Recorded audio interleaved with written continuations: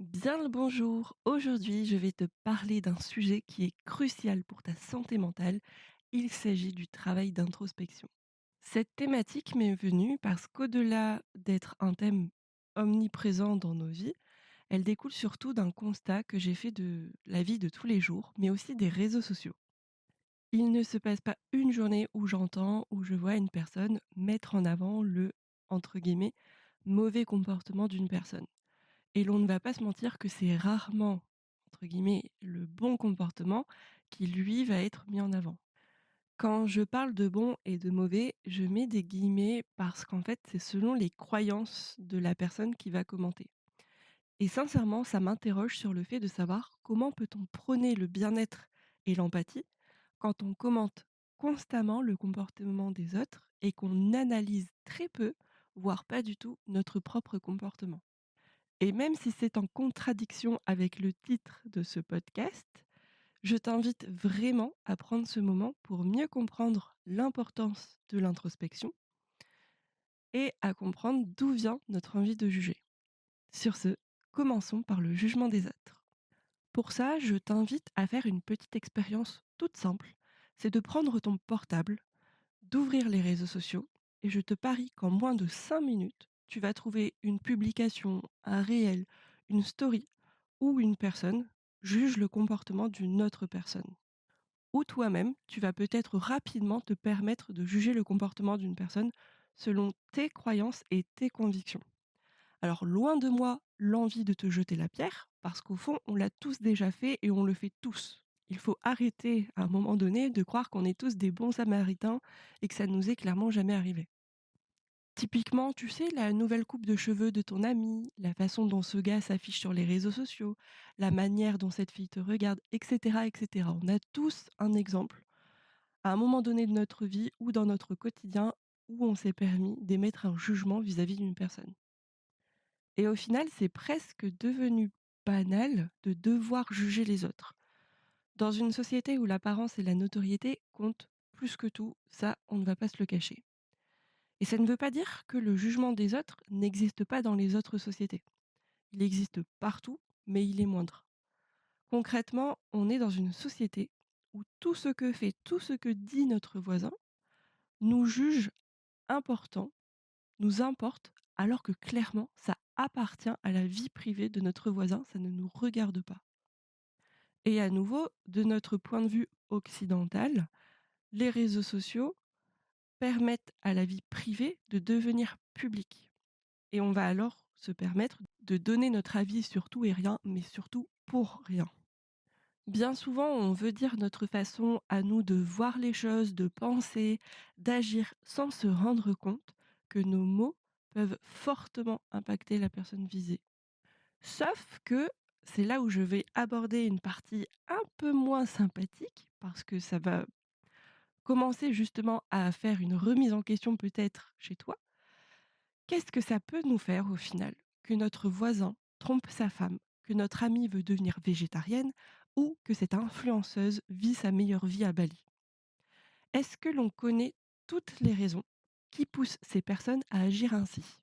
Si on reprend chaque situation, dans le premier, d'accord, tu n'aimes pas la tromperie. Mais est-ce que tu t'es déjà demandé si cet homme, si ton voisin, n'est pas plus heureux avec sa maîtresse qu'avec sa conjointe actuelle? Et s'il est plus heureux avec sa maîtresse, ça peut être pour plein de raisons différentes. Peut-être que c'est un homme qui est battu par sa femme. Peut-être que ça fait déjà plusieurs mois qu'il n'y a plus rien entre eux et qu'il n'y a plus cette flamme amoureuse et qu'il a malgré lui essayé plusieurs fois de relancer justement quelque chose entre eux mais que ça n'a jamais fonctionné. Concrètement, tu n'en sais rien.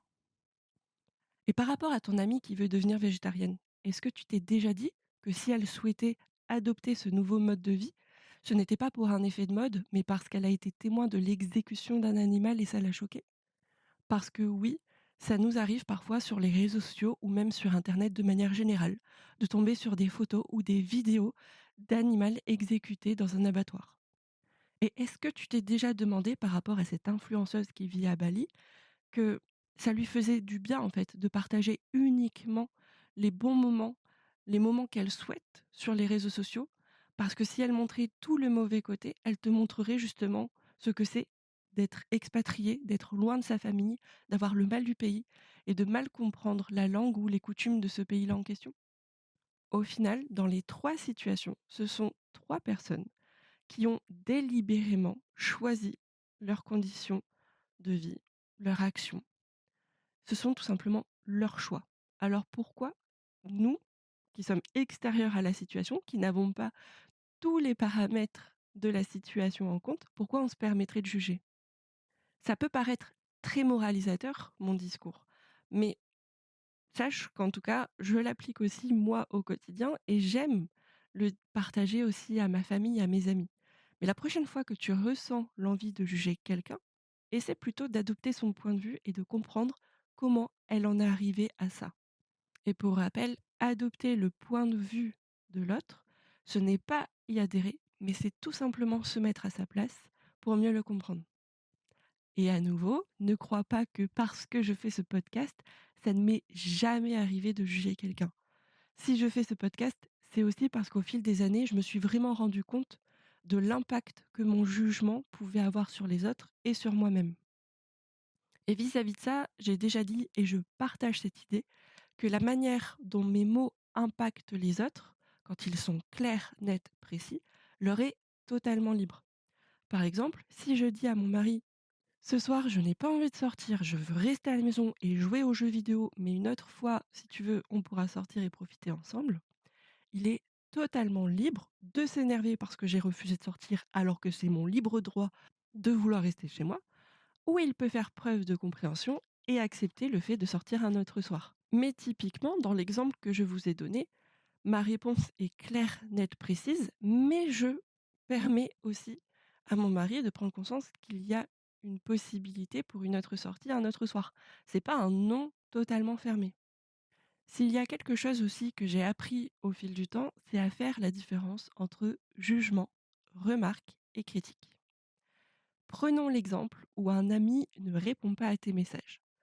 Dans le jugement, il n'y a que 2 possibilités.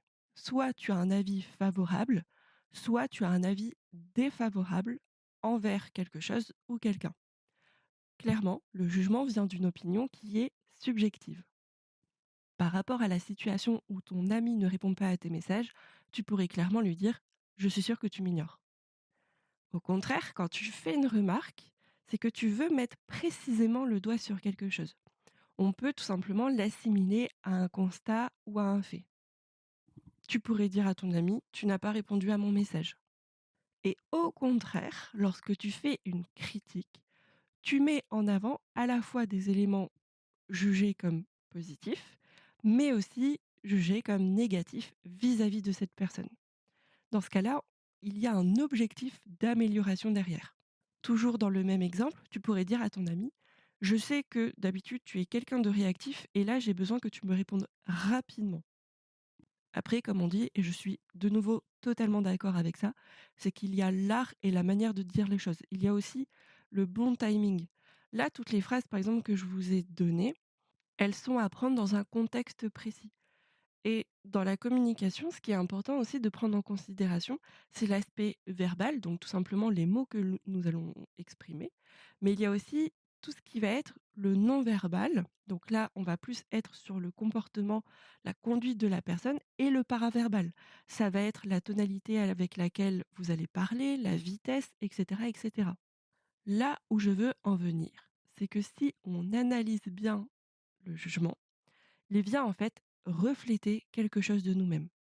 Le jugement a une valeur favorable ou défavorable selon nos croyances, nos convictions, nos expériences. D'où, bien évidemment, l'importance de travailler sur soi. Et quand tu vas émettre un jugement, c'est bien souvent, voire quasiment tout le temps, parce que la personne évoque quelque chose pour toi. Ce qu'elle dit ou ce qu'elle fait vient faire écho en toi. Alors, comme on l'a dit au tout début, principalement avec les réseaux sociaux, le jugement a davantage une connotation négative parce qu'il revient à donner notre opinion sur quelqu'un ou sur quelque chose alors que ça ne nous regarde pas. Mais en même temps, le jugement, ça peut être le déclencheur de notre introspection. Je pense que beaucoup s'imaginent que l'introspection, c'est un travail digne des plus grands philosophes ou moines, alors que pas du tout. L'introspection, ça consiste juste à te poser mentalement et à te poser des questions sur toi-même, à analyser ta manière de penser et de faire. Clairement, le but n'est pas de te faire culpabiliser, de remettre toute ta vie en question ou même de toi-même te juger. En fait, l'intérêt de l'introspection, c'est tout simplement de te comprendre.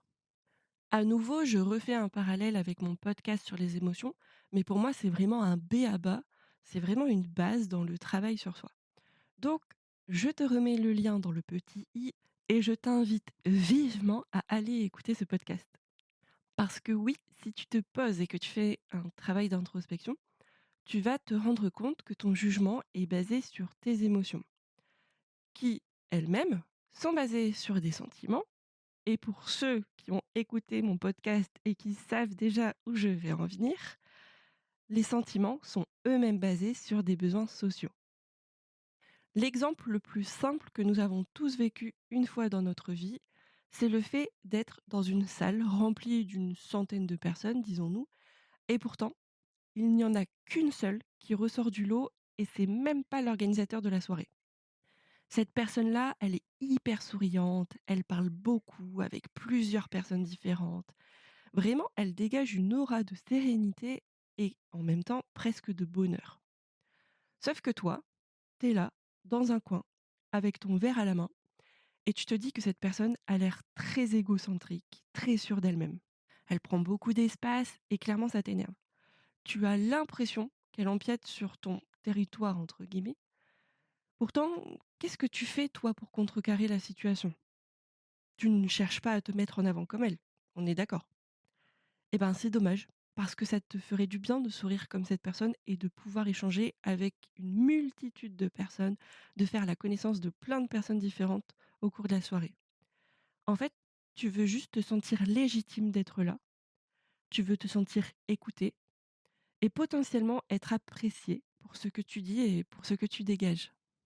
Donc, en faisant ton introspection, tu sais que si tu juges cette personne, c'est parce qu'au fond, toi aussi, tu as envie de te sentir inclus, écouté, compris, voire intégré à un groupe. Et là, c'est un peu le moment philosophique, mais le jugement a cela de bon de pouvoir nous montrer ce que nous cachons en nous, ce qui ne veut pas se dévoiler, parce que ça nous ferait mal de prendre conscience de ce qui se coince en nous. Vous avez 4 heures.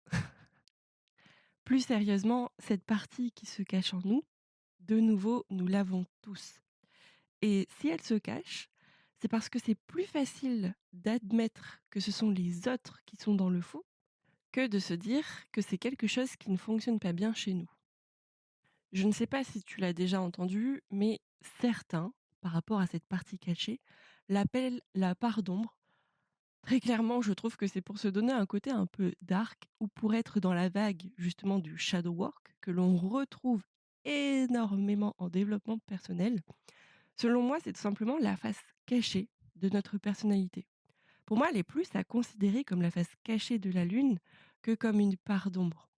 Parce que pour moi, le fait de parler d'une part d'ombre et de lumière, ça renvoie justement à une connotation négative et positive de notre personnalité, alors que nous fonctionnons clairement sur le principe du yin et du yang. L'un n'existe pas sans l'autre.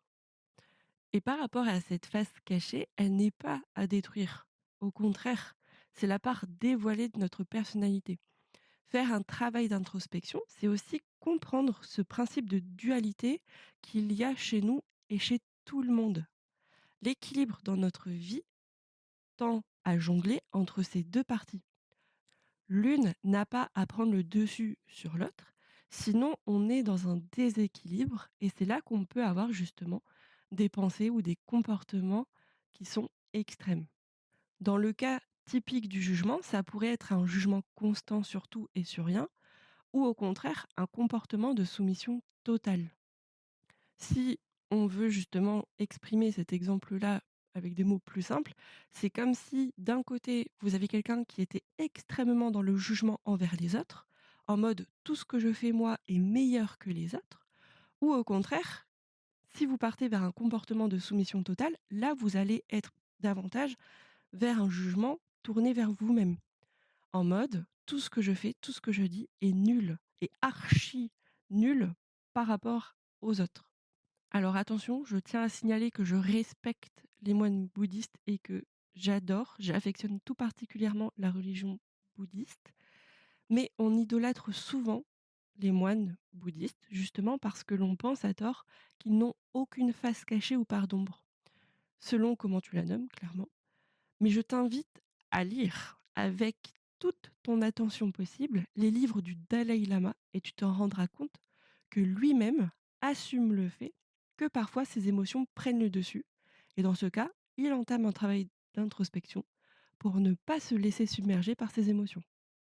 La subtilité entre les moines bouddhistes, qui, rappelons-le, restent des êtres humains jusqu'à preuve du contraire, et nous, c'est justement ce travail d'introspection.